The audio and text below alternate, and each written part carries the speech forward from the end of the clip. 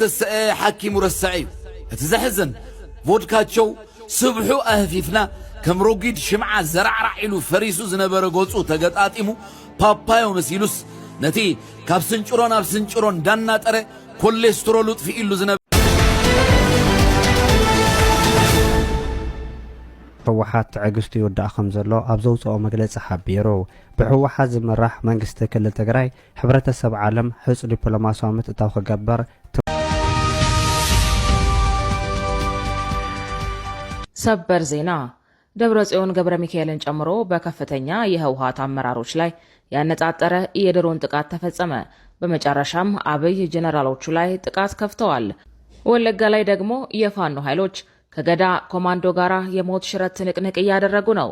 ተነስተለ ሰላም ከመጽንሑ ክቡራት ተከታተልቲ ንኹልኩም በብዘለኹም ሰላም ራዋ እንዳተመነኹልኩም ሎም ድማ ማሕበራዊ ሚድያ ክዘወሩ ካብ ዝውዓሉ ኣዝዮም መዘራረብቲ ዝነበሩ ዛዕባታት እተን ዝተመረጻ ሒዘልኩም ቀሪበለኹ ክቡራት ተከታተልቲ ካብኣቶም ድማ ሎም ኣዝዩ ኣዘራራቢ ዝነበረ ህዝቢ ኤርትራ ምስ ህዝቢ ትግራይ ኣብ ዛላምበሳ አሸንዳ በዓል አሸንዳ ምክንያት በመግባር ናይ ምትሕዋስን ናይ ጽምዶ መሰረትን ገሮም ክቡራት ተከታተልቲ ዝን ብዙሕ ሰባት እንዳዘራረበ ይንሱ ክንሪና ካብ ተወሳኺ ድማ ክቡራት ተከታተልቲ ሎሚ እታ ዝጠፍአት ዝተባሃለትን እታ ተጠሊፋ ዝተባሃለት ናይ ኤርትራ መርከብን ብዛዕባ ዝወፀ ሓዱሽ መረጃ እውን ኣሎ ንሱ እውን ክንሪና ክቡራት ተከታተልቲ ካብ ተወሳኺ ድማ ሕዚ ህልው ኩነታት ትግራይ ወይ ድማ ሰራዊት ትግራይ እንታይ ይመስል ዝብል እውን ዝርዝር ጸብጻባት ወጽም የምስውን እንታይ ይመስል ብቆብል ባሕር ኮይና ክንሪና ክቡራት ተከታተልቲ እዚኦም እነዚኦም ዛመሰሉ ካልኦት ቪዲዮታትን ሒዘልኩም ቀርበልኩ ቅድመ መደብና ምጅማርና ግን ከምዚኦም ዛመሰሉ መደባት መዓልታዊ ሒዘልኩም ንቀርብ ነታ ቻናል ላይክ ሰብስክራይብ ምግባር ከትርስዑ እዚ በመባል ናብ ዝቅጽል መደብና ንቀጽል እግረ መንገድ ከለው ዘሊ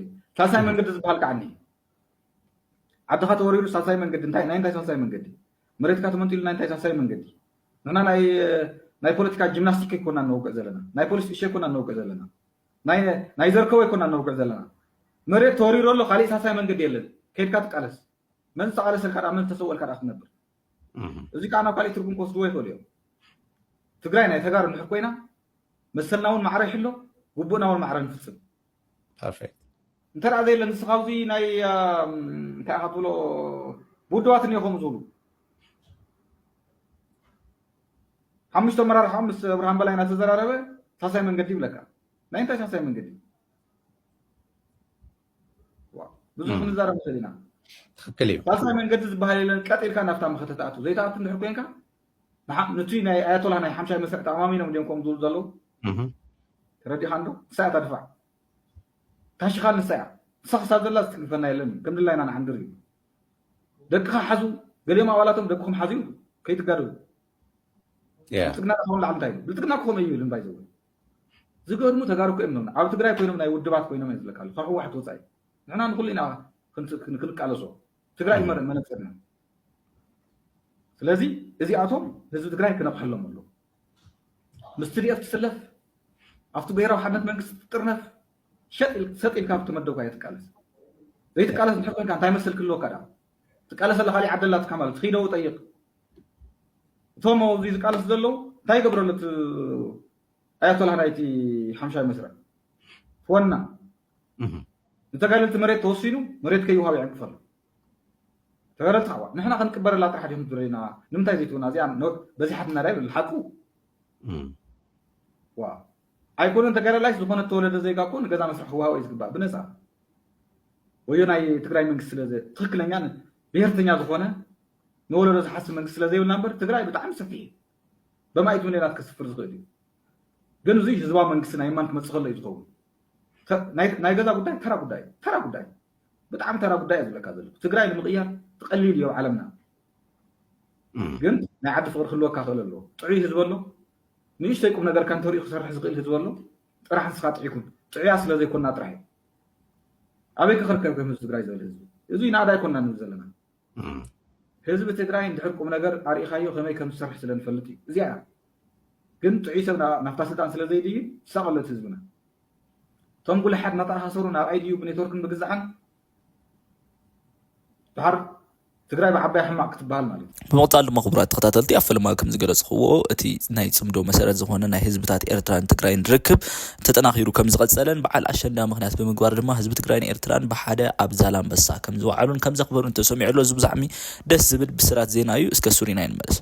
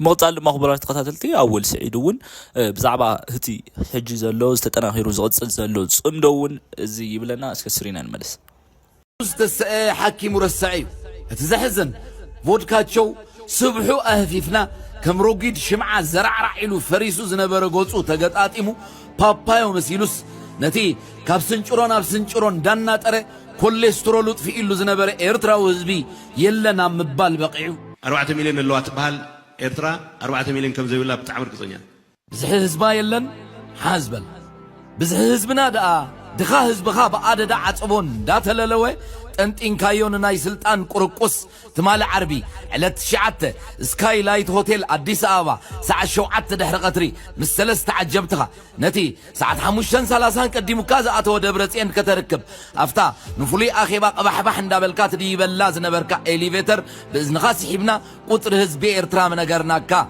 كوي نقنا دحن زر أبروخ ملسلك لم عين عدنا غير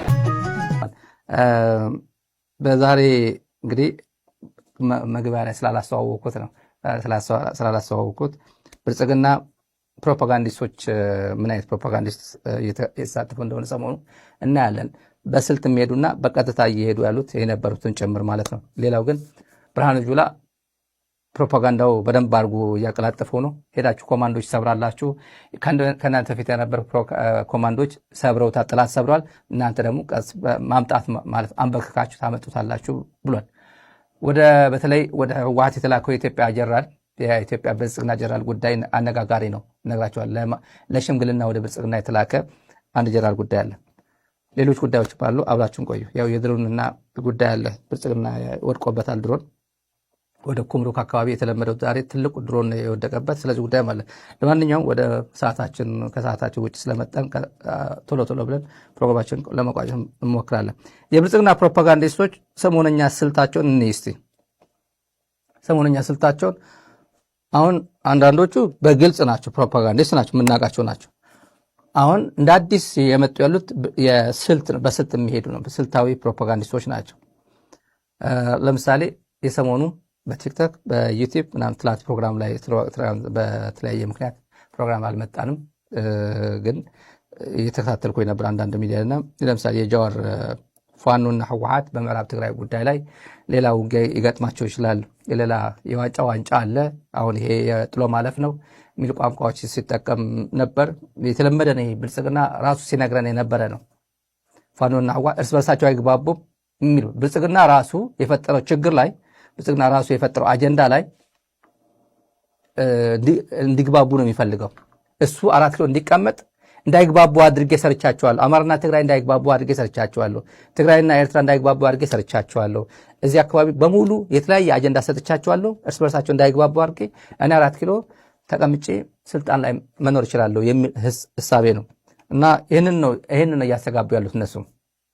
ይሄንን ነው ተመሳሳይ ብልጽግና ሲነግረን የነበረ ሁለተኛ ይግባቡ የኔ ሎተሪ ነው ወልቃይት ምዕራብ ትግራይ ማለት ሎተሪ ነው የኛው እያለ ሽመልስ አብዲሳ የሚናገረው እሱን ማስቀጠል ነው። ስታተስ ኮ ማስቀጠል ነው አሁን እየሄዱበት ያለው። 4 ኪሎ ሳይደርሱ ነው የጃዋር እንኳን ለምሳሌ ሌላዎች በአዲስ ነገር ለየት ያለ ስላለበት የጃዋር ምለው እንጂ ሌላ ማአት አለ እንደዛ የሚል 4 ኪሎ ሳይደርሱ እርስ በርሳቸው ሊዋጉ ይችላሉ ይላል እና ፋኖና ህወሓት አልተግባቡ በምዕራብ ትግራይ ይላል። ምን ችግር አለው ነው? ዘመነ ካሴ እና ደብረጽዮን ከተግባቡ ጃዋር መሐመድ ምን አገባው ነው? ኦፒዲዮ ምን አገባው ነው? አማራና ትግራይ ከተግባባ እንዴት አድርጎ መፍታት እንዳለባቸው መፍታት እንዳለባቸው 2010 ነው የሚፈቱት ወይ ወደ ኋላ ማለት በሌላ ካላንደር 2050 2100 ነው በቻ በተምረት ነው። ጭራሽ አማራና ትግራይ አንድ ሀገር ሊሆኑ ነው ወይስ አንድ ክልል ሊሆኑ ነው? መርጅ ላይ ያደርጉ ነው? ምን አይነት ስምምነት እንደተስማሙ ምን የምናውቀው ነገር አለ? በተለይ ጃዋር ማለት ነው ምንም የለው። እዚህ ውስጥ ሌላ ጦርነት አለ፣ ሌላ ምናምን አለ። ምናዋል ጦርነት የሚያዋልድ ቲክቶክ ላይ ዩቲዩብ ላይ የሚያዋልድ አክቲቪስት ወይ ብልጽግና ስልታዊ አክቲቪስት ስራው ምንድነው? አግባብ ነው ወይ ነው? ነውር አይደለም ወይ ነው? ሌላ ጦርነት የሚመኝ ብልጽግና የሚባል አለቅላቂ መንግስት፣ ገዳይ መንግስት እናስወግዳለን ብለው ተባብረን መጣለን ሲል አይ እርስ በርሳቸው እኮ አይግባቡም እኮ ማግባባቸው ብዙ ጉዳዮች አሉ፣ እሱን ጨርሰው ይምጡ እንጂ ይላል። የምዕራብ ትግራይ እዛው ሴተል አድርገውት ይምጡ እንጂ ምዕራብ ትግራይ በአማራ ህዝብ እጅ አለ እንዴ? በፋኖ እጅ ነው እንዴ ያለው? ምዕራብ ትግራይ በኦህዴድ እጅ እኮ ነው ያለው። ደመቀ ዘውዱ የሚባል ኦህዴድ እኮ ነው የሚያስተዳድረው እንጂ ዘመነ ካሴ እኮ አይደለም የሚያስተዳድረው። ዘመነ ካሴ አረጋ ከበደ ያስተዳድረዋል እንዴ? ደመቀ ዘውዱ ይዘውት ያለው ሁመራ በአረጋ ከበደ እጅ ነው ያለው። ለማያውቀው ብዬ ነው፣ ዝም ብሎ ለጠቅላላ እውቀት ነው። እና ኩሉ ክንጽበዮ ዝግባእ ተጸቢና ወዲና እዩ ኩሉ ክልሙኖ ዝግባእ ሓይሊ ለሚና ወዲና ኢና ልመና ዝብሎ ዘለኹ ትፔለፍ ወግሐ ፀብሐ ተዝቁፀሩ እቶም ደብዳቤታት ንዓለም ዝለመኖም ንዓለም ተገፍዕልና ዝበሎም ደብዳቤታት ባዕሎም ይቁፀርዎ ናብ መቐለ ዝመላለሱ ወኪላት ትፔለፍ ይኹን ሕዚ ዝተመለሰ መንግስትና እንታይ ከም ዝበሎም ባዕሎም ይፈልጡ እዮም። ቶም ተባሃልቲ እውን ቶም ባህልቲ እውን ይፈልጡ እዮም። ሰሚዖም ከም ዘይሰምዑ ሞትና የስሕቆም፣ ስቃይና የስሕቆም፣ ጥሜትና የስሕቆም፣ ምፍንቃልና የስሕቆም እንዲኦም ክውስኽ ይገብሩ ይፅዋዕ ክወተን ካብ ዓዱ ክልቅቕ ዝተወለደላ ዝዓበየላ ዝነብረላ ወዳእቱ እውን ዝቕበረላ ምድሩ ወለደታ ዝሰጋገሩላ ዝወራረሱላ ንሳብ ገዲፍካ የውፃእ ኢሎም ገንዘብ እናይለኣኹ ክውትንዎ ኩሉ ዝከኣሎም ይገብሩ ኣለዉ። ስለዚ እንታይ ንግበር? እዛ ሰላም ትበሃል ናይ ሞት ሰላም እንተኮይና ናይ ጭንቂ ሰላም እንተኮይና ጭንቂ ተምፅእ፣ ሞት ተምፅእ፣ ምብታን ተምፅእ፣ ዓዲ ተረክብ እንተኮይና ሰላም ድያ እዚኣ ናይ ገሃነም ሰላም እያ ኮይና ዘላ። ብምቕፃል ድማ ክቡራት ተኸታተልቲ እስከ ዝተፈላለዩ ሓሳባት ይበሃው ኣለዉ። ብዝገፅ ዝተጠለፈት ወይ ድማ ዝጠፍአት ናይ ኤርትራ መርከብ የላን ይብለና ማለት እዩ። እስከ ሱሪና ንመለስ። መርከብ ናይ ኤርትራ ተጨውያ ድብል ሓበሬታ ሰሚዕና ብዙሓት ኤርትራውያን ከማን ብጣዕሚ ብዘሕዝን መልክዑ ዋላ ገለገለ ሃገራውያን ሚድያታት ባይዘወይ እቲ እትረኽቦ ሓበሬታ ኣሎ ኣይቲ ሓበሬታ ኣይኮነን ልቢ ወለድ እዩ። ብዙሓት ገለገለ ናይ ፓናማ መራኸብ ኣለዋ ብናይ ኤርትራ ባንዴራ ገይሮም ወይ ብናይ ኤርትራ ላይሰንስ ገይሮም ዝሰርሑ ኣለዉ። እዚ ብዙሕ ግዜ መንግስቲ ኤርትራ ወይ ኤርትራ ነዚ ዓዊላ ጠሪዓትሉ ገሊኡ መልሲ ዝረኸበለዉ ገሊኡ ኣብ መስርሕ ናይ ምፅራይ ገለ ኣሎ። ኣብዚ ናይ ኣፅዋር ናይ ምትሕልላፍ ኮንትሮባንድ ድማ ገሊአን ናይ ፓናማ መርከባት ገሊአን ናይ ኣዘርባይጃን መርከብ ብናይ ኤርትራ ባንዴራ ገይሮም ወይ ብናይ ካልእ ሃገር ናይ ኤርትራ ጥራይ ደይኮነ ብናይ ካልእ ሃገር ባንዴራ ገይሮም ገበናት ኣብዚ ዓለም ይስራሕ። እዚ ኤርትራ ንእሽተይ ሃገር ስለ ዝኾነት ድሰምዓ ይብላን ዓቕማውን ውስን ስለ ዝኾነ ካብ ምባል ክኸውን ይኽእል። በቲ ሓደ ወገን ድማ ወል ኣርቲኩሌትድ ዝኾነ ንሃገር ኤርትራን ንመንግስቲ ኤርትራን ንምኽሳስ ተባሂሉ ኣብዚ ናይ ግብረ ሽበራ ኣብ ዝግበር ናይ ዘይሕጋዊ ኣፅዋር ምትሕልላፍ ንኣብነት ከም በዓል ኣልሸባብ ዝቐደም ናይ ብእስላሚስት ዝግበር ዝነበረ ምንቅስቃሳት ገለ ዳይሬክት ንምውንጃል ልክዕ ከምቲ ካብ ኣስመራ ባይደዋ ከይዳ ብረት ንኣልሸባብ ሂባ መንግስቲ ኤርትራ ገለ ድብል ክስታት ኣሎ።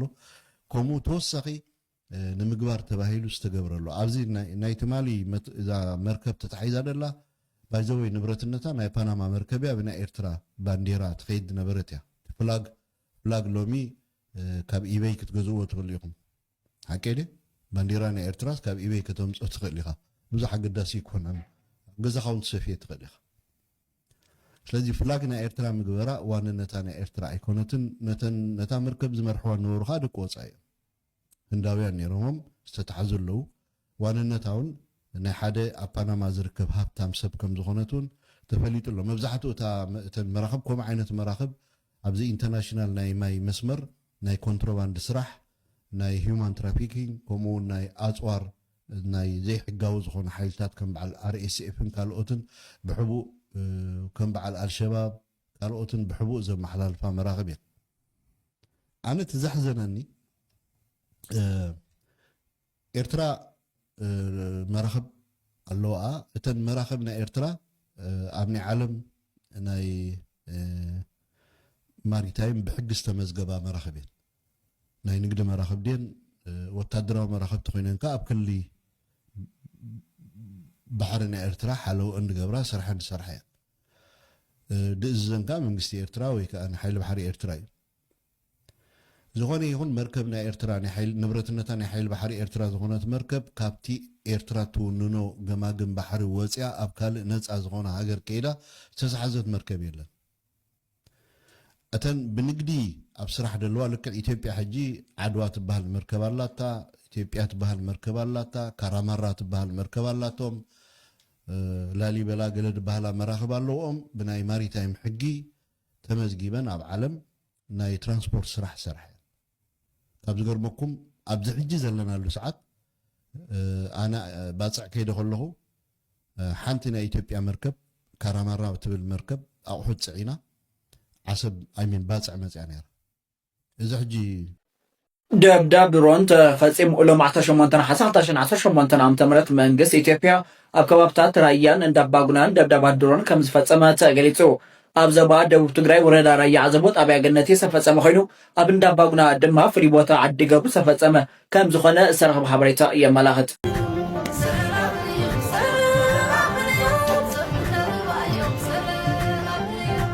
ሓድነት ብሕውነት ናይ ህዝቢ ፅምደው ውሑስ ደባት ናይ ሓባር ጉህደው ሓያል ቃልሲ ዘፅሑ ስንቲ ነብልሓቲሩ ሒዙ ዘዛቲ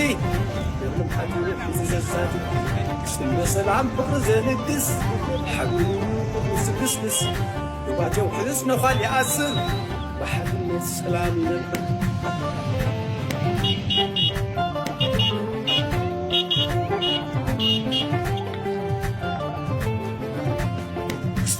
ፅምዶ በሪሕ ልምዓት ውሕስ ግንባር ከመይ ውዒልካ ኣለና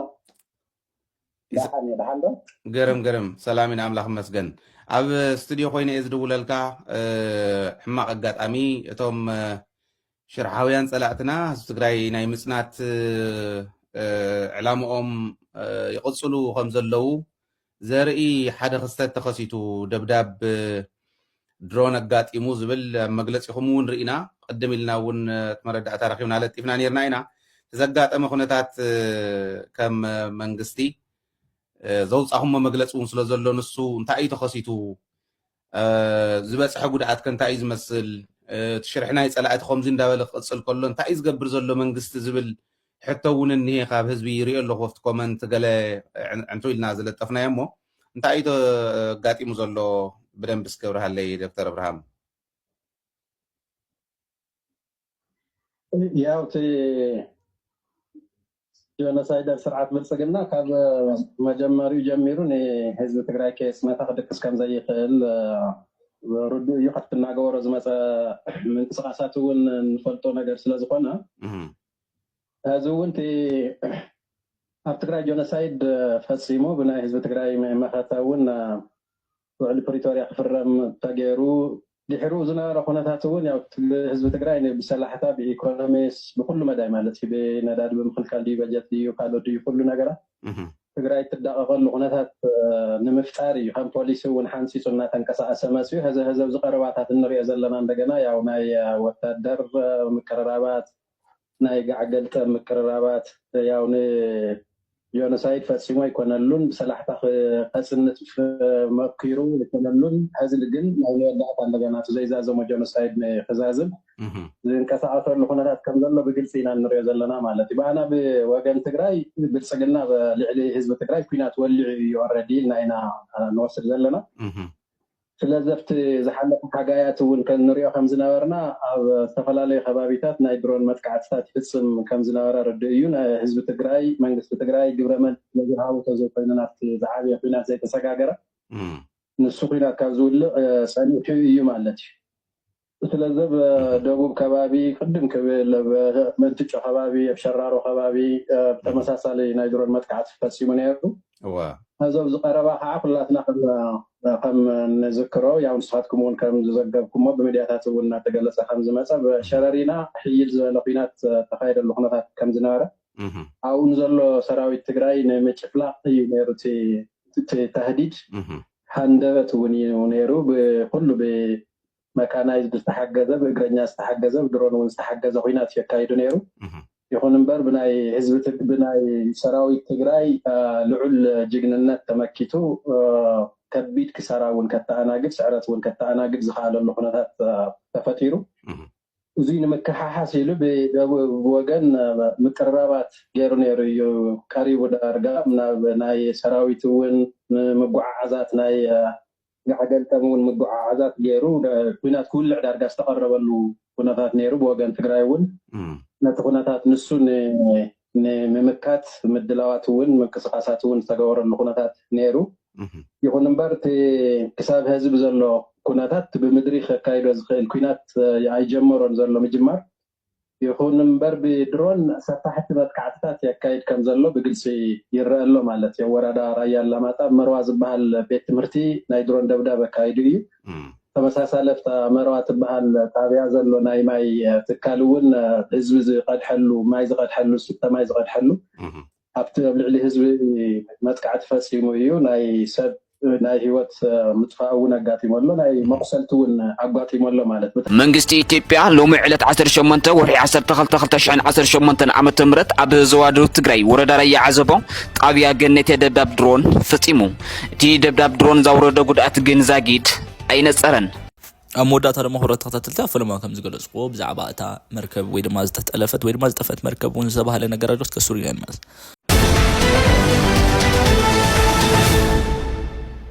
ህወሓት ትዕግስቱ ይወዳእ ከም ዘሎ ኣብ ዘውፅኦ መግለፂ ሓቢሩ ብህወሓት ዝምራሕ መንግስቲ ክልል ትግራይ ሕብረተሰብ ዓለም ሕፁ ዲፕሎማስያዊ ምትእታው ክገበር ትማለ ኣብ ዘውፅኦ መግለፂ ፃውዒት ኣቕሪቡ ብህወሓት ዝምራሕ መንግስቲ ክልል ትግራይ ኣብ ትግራይ ዝተሓደሰ ወጥረን ኣብ ቀረባ እዋን ዝተፈፀመ መጥቃዕታት ድሮን ብዝምልከት ማሕበረሰብ ዓለም ሕፁ ዲፕሎማስያዊ ምትእታው ክገበር ፀውዖ ኮይኑ ቤት ጽሕፈት ጉዳይ ኮሙኒኬሽን ክልል ትግራይ ትማለ ኣብ ዘውፅኦ መግለፂ ብፌደራል መንግስቲ ዝውሰድ ዘሎ ስጉምታት ነቲ ክልል ናብ ሓድሽ ዓናዊ ኩናት ቅድሚ ምእታው ማሕበረሰብ ዓለም ሰቕታው ሰቢሩ ነቲ መጥቃዕቲ ክኾኑን ፀዊዑ ህወሓት መግለፂኡ ክሳብ ሕጂ ምእንቲ ሰላምን ምርግጋእን እቲ ክልል ዓብ ትዕግስቲ ከም ዘርኤ ዝገለጸ ኮይኑ እዚ ትዕግስቲ እዚ ድኽመት ወይ ህዝብን መንግስትን ንምሕላው ዘይምኽኣል ተባሂሉ ክትርጎም ከም ዘይብሉ ኣስሚሩሉ ምምሕዳር ትግራይ ሰላማዊ ዘተ ንምክያድ ዘለዎ ተወፋይነት ጽኑዕ ከም ዝኾነ ብምግላጽ እንተኾነ ግን ትዕግስቲ ደረተ ኣለዎ ማሕበረሰብ ዓለም ሕጂ ወሳነ ዲፕሎማስያዊ ስጉምቲ ክወስድ ይጽውዕ ኢሉ